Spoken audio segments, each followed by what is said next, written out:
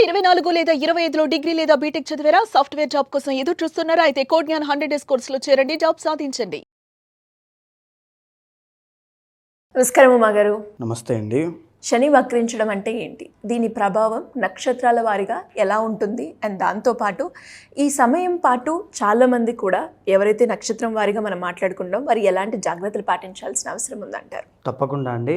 శని వక్రించడము మేజర్గా ఏమిటంటే శని వక్రించడము అంటే రివర్స్ మోషన్లో ఆ గ్రహము వెళ్తోంది అని ఒక అర్థంగా మనం భావిస్తూ ఉంటాం. కానీ నిజానికి ఖగోళంలో కానీ సౌర కుటుంబంలో కానీ ఏ గ్రహము కూడా రివర్స్ మోషన్లో వెళ్ళడం అనేటువంటిది మన కంటికి మనకి కనబడదు ఎక్కడ కూడా. మరి ఏంటి వక్రము అని అంటే ఎప్పుడైతే గ్రహాలు తమ తమ కక్షల్లో ప్రయాణం చేస్తూ ఉంటాయో ముందు వెనుక ఉన్నటువంటి గ్రహాల యొక్క ప్రయాణం అనేటువంటిది వాటి యొక్క గమన శక్తి భిన్నమైన మార్పులకు గురైనప్పుడు వెనకాల ఉండేటువంటి గ్రహము కాస్త స్లోగా మూవ్ అవ్వడం లాంటి ఈ మార్పుల వల్ల దాన్ని వక్రించడము అనేటువంటి దానిగా మనం చూస్తూ ఉంటాం. నిజానికి ఈ వక్రము అనేటువంటిది ఒక భ్రాంతి మాత్రమే. అయితే ఈ శని అనేటువంటి ఆయన జనరల్లీ ఎలాంటి వాళ్ళు అంటే మనందరికీ తెలిసిందే, ఒక నిబద్ధత, తర్వాత ఒక క్రమశిక్షణ, తర్వాత ఒక కర్తవ్యము, ఒక బాధ్యత, ఒక డెడికేషన్, డిటర్మినేషన్, ఇలాంటివన్నీ డిసిప్లిన్, ఇవన్నీ కూడా కలగలిసినటువంటి ప్లానెటే శనిగ్రహము. నిజానికి మనం శని అనేటువంటి ఆయన్ని ఏలినాటి శని వచ్చినప్పుడు అప్పుడు చాలాసార్లు సందర్భాల్లో తిట్టుకుంటూ ఉంటారు. అది చాలా తప్పండి. శని కనుక యోగించారు అంటే వాళ్ళ లైఫ్ అనేటువంటిది ఎక్కడికో వెళ్ళిపోతుంది. ఎవరి సహాయ సహకారములు కూడా అవసరం లేకుండా వాళ్ళంతటా వాళ్ళే నిలబడగలిగేటువంటి కెపాసిటీ ఉన్న వాళ్ళగా వాళ్ళు ఎదగగలుగుతారు. అది శని అంటే. సో మేజర్గా ఇప్పుడు శని అనేటువంటి ఆయన మందగమనుడుగా శాస్త్రం చెబుతోందండి. అంటే స్లో మూవింగ్ ప్లానెట్ అనమాట. రిజల్ట్స్ కూడా అలాగే స్లోగా, పనులన్నీ స్లోగా వెళ్తూ ఉంటాయి, డబ్బులు స్లోగా వస్తుంటాయి, ప్రమోషన్ స్లోగా వస్తుంది, పెళ్లి స్లోగా అవుతుంది. కానీ ఎప్పుడైతే వక్రిస్తారో భిన్నమైన మార్పులకి కలిగి ఫాస్ట్ రిజల్ట్స్ అనేటువంటి వస్తాయి, ఇమీడియట్ యాక్షన్స్ ఉంటాయి ప్రతి దాంట్లోనూ. అది మంచైనా చెడైనా ట్రాన్స్ఫర్లు ఫాస్ట్గా అయిపోతాయి, ఉద్యోగం ఫాస్ట్గా వచ్చేస్తుంది, పెళ్లి ఫాస్ట్గా అయిపోతుంది, ఉద్యోగం ప్రతి దాంట్లోనూ కూడా ఇమీడియట్ యాక్షన్స్ వచ్చేటువంటిది శని వక్రించినప్పుడు. అది గోచారంలో అయినా పర్సనల్ చాట్లో అయినా. సో ఇక్కడ జరిగినటువంటి మార్చి 30వ తారీఖు దగ్గర అండి శని ఎప్పుడైతే మీనరాశిలోకి ఎంటర్ అయ్యారో అప్పటి వరకు ఏలినాటి శనిలో ఉండేటువంటి మకర రాశి వాళ్ళకి ఏలినాటి శని విడిపోయింది. కుంభ, తర్వాత మీన, తర్వాత మేషరాశుల వాళ్ళకి ఏలినాటి శని అనేటువంటిది ఇప్పుడు ప్రజెంట్ నడుస్తోంది.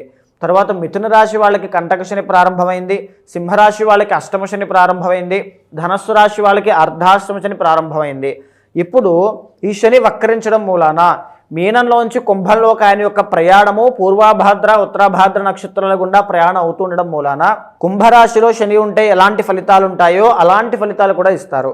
సో అలాంటప్పుడు ఏం జరుగుతుంది, మళ్ళా ఈ యొక్క వృషభ రాశి వాళ్ళకి కంటక శని యాక్టివేట్ అవుతుంది, కర్కాటక రాశి వాళ్ళకి అష్టమ శని యాక్టివేట్ అవుతుంది, వృశ్చిక రాశి వాళ్ళకి అర్ధాష్టమ శని యాక్టివేట్ అవుతుంది. అలాగే మకర రాశి వాళ్ళకి కూడా మళ్ళా ఏలినాటి శని యొక్క ప్రభావము ఈ 4 మాసాలు ఉండే అవకాశాలు ఉంటాయి.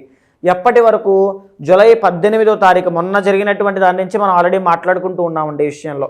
నవంబర్ 27వ తారీఖు వరకు సుమారుగా 140 రోజుల పాటు 4.5 మాసాలు ఈ శని వక్రము అనేటువంటిది కలగడం జరిగింది.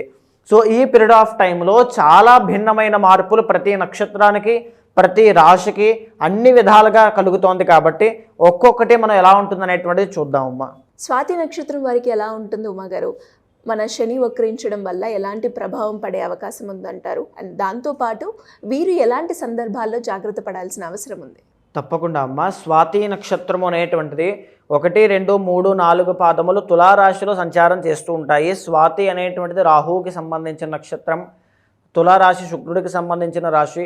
అయితే మేజర్గా వీళ్ళకి జరిగినటువంటి మార్చి 30వ తారీఖున శని అనేటువంటి ఆయన కుంభంలోంచి మీనంలోకి వెళ్ళడం అనేటువంటిది వీళ్ళకి రాజయోగంగా శని మారారు. అంటే శని యోగించడం అన్నమాట. శని యోగిస్తే ఎలాంటి ఫలితాలు ఉంటాయి అంటే ఎవరి సహాయం అవసరం లే, ఇండిపెండెంట్గా నేను ఎదగగలను అనేటువంటిది ఆ పొటెన్షియల్ బయటికి రావడం, ఆ కసి పట్టుదల పెరగడం, లేకపోతే ఒక మోటివేషన్తో ఇన్స్పిరేషన్తో పనిచేయడం, ఇలాంటివన్నీ డెవలప్ అవుతాయి. మరి ఇక్కడ వక్రించడం వల్ల ఎలాంటి ఫలితాలు ఉంటాయి? శని వక్రించడం కుంభరాశి మీద ప్రభావితం అవ్వడం మూలాన శని 5th హౌస్లో ఉంటే ఎలాంటి ఫలితాలు ఉంటాయో అలాంటివి కలుగుతూ ఉన్నాయి. దీని మూలాన మేజర్లీ ప్రేమ వ్యవహారాల్లో అపజయాన్ని చూడడం కానీ, ఆర్ కొన్ని మంచి కూడా ఉన్నాయండి, అవి కూడా చెప్పుకుందాం. అయితే ప్రేమ వ్యవహారాల్లో అపజయం చూడడం కానీ, బిహేవియర్లో నడవడికలో చేంజెస్ రావడం కానీ, లేకపోతే ఉన్నత విద్య చదువు విషయంలో ఆటంకాలు రావడం కానీ, సంతానం విషయంలో ఆటంకాలు రావడం, సంతానం విషయంలో సంతానం కోసం బాధపడడం, ఇలాంటివన్నీ కూడా కనబడే, సంతాన సౌఖ్యం లేకపోవడం అనమాట, ఇలాంటివి కనబడుతున్నాయండి. బట్ ఆయన శని 6th వక్రించి ఉన్నారు కాబట్టి వాళ్ళ లైఫ్లో చాలా చేంజెస్ అనేవి జరుగుతాయమ్మా ఈ 4 monthsలో. ఇలాంటివి వాళ్ళని వాళ్ళు మలుచుకుంటారు, వాళ్ళ యొక్క ఆహార అలవాట్లు మార్చుకోవడం, వాళ్ళ యొక్క జీవితంలో కొత్తవన్నీ కూడా మంచి వైపు అడుగులు వేయాలి అనేటువంటి కసితో పరుగు తీయడం, ఇలాంటివి జరుగుతాయి.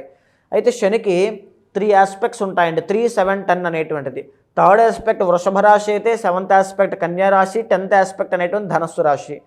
ఇప్పుడు మేజర్గా వీళ్ళకి ఏంటి అంటే 8th హౌస్ అయినటువంటి వృషభ రాశి వీళ్ళకి 3rd ఆస్పెక్ట్గా యాక్టివేట్ అయ్యింది. దీని మూలాన ఎక్కడ జాగ్రత్తగా ఉండాలి, మీ కొలీగ్స్, మీరు పనిచేసే చోట, మీ సిబ్లింగ్స్, మీ సోదరీమణుల విషయంలో చిన్న క్లాషెస్ వచ్చే అవకాశాలు ఉంటాయి. రెండవది, వాళ్ళకి కానీ ఎవరికైనా సరే డబ్బు అనేటువంటిది ఇవ్వద్దు, డబ్బు ఉంది అని కూడా ఎక్స్పోజ్ అవ్వడం మంచిది కాదు. తర్వాత వాహన ప్రమాదముల విషయంలో జాగ్రత్తగా ఉండండి. మీరు మీ కెరీర్, మీ యొక్క వృత్తిలో డైలీ అప్స్ అండ్ డౌన్స్ చేసేటువంటి కొన్ని ఉద్యోగాలు ఉంటాయి, డైలీ ఒక 10 kilometers వెళ్ళాలి రావాలి, ఇలాంటి వాళ్ళైతే చాలా ఎస్పెషల్లీ జాగ్రత్తగా ఉండాలి. లేదా మీరు ఎంత కష్టపడినా మీ చుట్టుపక్కల ఉండేటువంటి కొలీగ్స్ విషయంలో ఏదో తెలియనటువంటి అసంతృప్తి, అవమానం కలిగే అవకాశాలు ఉంటాయి. వేరే కేర్ఫుల్గా ఉండండి. తరువాత 12th హౌస్ అయినటువంటి కన్యారాశి యాక్టివేట్ అవుతుందండి. దీని మూలాన ఏం జరుగుతుంది, లీగల్ లిటిగేషన్స్ వచ్చే అవకాశాలు ఉంటాయి, డబ్బు విపరీతంగా ఖర్చు అవుతూ ఉంటుంది, అనుమానం, అవమానం, కోర్టు సమస్యలు, ఇలాంటివి చూడడం. లేకపోతే loss of money, loss of thoughts, loss of energy, loss of everything, అన్నీ కూడా అంటే కష్టపడుతున్నాను కానీ ఎందుకు నా దాకా రావట్లేదు అనేటువంటి ఒక అసంతృప్తి వెంటాడుతుంది. కానీ మీరు ఏమీ భయపడాల్సింది, డిసప్పాయింట్ అవ్వాల్సింది ఏమీ లేదు. మళ్ళీ ఇక్కడ 10th ఆస్పెక్ట్ అయినటువంటి ధనస్సు రాశి మీకు 3rd హౌస్ అవుతుంది. దీనివల్ల ఏంటి, మీ కెరీర్లో అదే మీకు ఒక విజయానికి మెట్టులా మారుతుందన్నమాట. అంటే వీళ్ళు ఎంతమంది మిమ్మల్ని టార్గెట్ చేసినా, ఏది డబ్బు నిలబడకపోయినా, ఎంత కష్టం పడుతున్నా ఎక్కడా కూడా తగ్గకుండా, ఎటు వెనక్కి తిరగక చూడకుండా మీ కష్టాన్ని మీరు ఇంకా పెంచుకుంటూ వెళ్ళిపోతారు. అది మీకు నవంబర్ దగ్గరికి వచ్చేసరికి అద్భుతమైనటువంటి రాజయోగంగా మీకు ఒకేసారి మీ మీద పడుతుంది సక్సెస్ అనేది. డబ్బు కావచ్చు, ఎవ్రీథింగ్ అన్నీ కూడా నవంబర్ తర్వాత మళ్ళీ మీకు విజయం అనేటువంటిది కనబడుతుంది. కానీ ఈ టైంలో మీరు చేయాల్సిందల్లా మీ కష్టము మాత్రమే.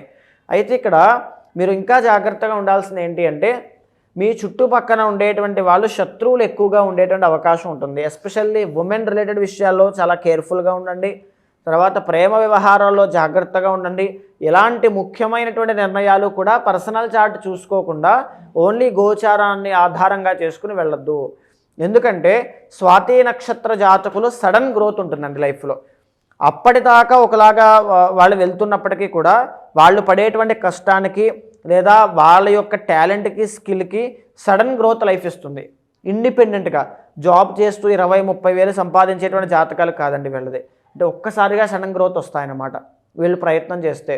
మీ యొక్క దశాంశ చక్రంలో కనుక లగ్నము అండ్ 10th హౌస్ చాలా బలంగా ఉండి, D1 చార్ట్లో మీ జాతకంలో చంద్రబలం చాలా బాగుంటే ఎక్స్ట్రాడినరీగా మీరు ముందుకు వెళ్తారు. ఫిలిం కెరీర్, తర్వాత ఈ యొక్క వ్యాపారము, వ్యవసాయం, ఏదైనా సరే 10 మందికి ఆదర్శంగా నిలిచేటువంటి శక్తి మీకు ఉంటుంది. బికాస్ మీ యొక్క తులారాశికి సంబంధించి ఆర్ తులా లగ్నానికి సంబంధించి శని మీకు రాజయోగ కారకుడు, ఆయన మీకు మంచి చేయాలని చూస్తారు. సో పర్సనల్ చార్ట్ చూసుకుని దానికి తగినటువంటి శాంతి పరిహారములు ఆచరించండి. ఎస్పెషల్లీ ఈ 4 monthsలో ఇబ్బందులు ఉన్నాయి అని అనుకునేటువంటి వాళ్ళు శనికి సంబంధించి స్తోత్రం ఒకటి చెప్పబడి ఉంది, స్తోత్రాన్ని పారాయణ చేయడం కావచ్చు, లేకపోతే నీలాంజన సమాభాసం రవిపుత్రం యమాగ్రజం ఛాయా మార్తాండ సంభూతం తం నమామి శనైశ్వరం అనేటువంటి మంత్రాన్ని ఎవ్రీడే 19 times పారాయణ చేయండి. అంటే శని మీకు ఫేవరబుల్గా మారుతారు. ఆయన మనం అపాలజీస్ చేసి ఏదైనా తప్పు చేసుంటే, ఆ కర్మ ఏదైనా ఉంటే నన్ను క్షమించి నన్ను దాని నుంచి బయటికి తీసుకురా స్వామి అనేటువంటి భక్తి శ్రద్ధలతో చేయండి తప్ప ఎప్పుడూ కూడా శని భగవంతుడిని దూషించడం కానీ ఏది చేయొద్దు. మరి మీరు అన్నట్టుగానే ఇంకా ఎవరికైనా కూడా శని వక్రించడం వల్ల కావచ్చు, లేదంటే ఇంకా ఇతర సమస్యతోటి ఎవరైనా కూడా ఎదుర్కొన్నప్పుడు ఆస్ట్రాలజీ పరంగా రెమెడీ చేయించుకోవాలి అన్న వాళ్ళు ఎవరైనా కూడా మిమ్మల్ని అప్రోచ్ అవ్వాలి అంటే ఎలా ఉంటుంది? తప్పకుండా అమ్మ, మనం ఇప్పుడు మాట్లాడుకునేటువంటి అంశములన్నీ కూడా గోచారానికి సంబంధించినవండి. కానీ మీ పర్సనల్ చార్ట్ అనేటువంటిది మీకు మాత్రమే మీ కర్మానుసారైనా వచ్చినటువంటిది కాబట్టి మీరు ఎలాంటి సందర్భాల్లో ఇబ్బందులు పడేటువంటిది ఉంది. ఎక్కడ జాగ్రత్తగా ఉండాలి, ఎక్కడ మనం ప్రికాషన్స్ తీసుకోవాలి, ఎలాంటి కర్మ ఉండడం వల్ల మనం ఏ సమస్యలు ఇరుక్కుంటామో దానికి సంబంధించి ఎలాంటి పూజలు చేసి ఆ కర్మని ప్రాయశ్చిత్తం చేసుకుని ముందుకు వెళ్ళాలి, ప్రతిదీ కూడా మీ జన్మ కుండలిలో తెలుస్తుంది. సో ఎవ్రీథింగ్ అన్నీ కూడా అండి. అయితే మీ జన్మ కుండలి ఎవరైనా సరే అలాంటి వాళ్ళు ఉంటే కనుక, అనుకుంటే కనుక మీకు కింద కనిపించే నెంబర్కి కాల్ చేస్తే మా వాళ్ళు మీకు పూర్తి వివరాలు అందిస్తారు. మీ యొక్క జన్మ కుండలి చూసిన తర్వాత నవాంశ, దశాంశ ఎవ్రీథింగ్ అన్నీ చూసిన తర్వాత గోచారంతో సమన్వయం చేస్తూ, చాలామందికి నేను ఇదవ్వాలి అదవ్వాలని కోరికలు ఉంటాయండి. ఏ మార్గంలోకి వెళ్ళాలో తెలియదు, అసలు నిజంగా అవుతానో లేదో తెలియదు, లైఫ్ని రిస్క్లో పెడుతున్నానని ఒక భయం ఉంటుంది. అలాంటి వాళ్ళైనా, హెల్త్ ఇష్యూస్ అనేటువంటివి తీవ్రంగా ఉండి ఎలాంటి రెమెడీ ఫాలో అవ్వాలో తెలియటువంటి వాళ్ళకైనా ఖచ్చితంగా మీరు జాతకం తీసుకురండి. మీకు ఒక ప్రాపర్ రెమెడీ అనేటువంటి చెప్తాను. ఏవైనా దోషాలు ఉంటే శాంతి పరిహారములు మీతో ఆచరింపజేసి భగవత్ అనుగ్రహం కలిగేలా చేస్తాను. థ్యాంక్ యూ ఉమా గారు, థ్యాంక్ యూ సో మచ్. నమస్తే అమ్మ.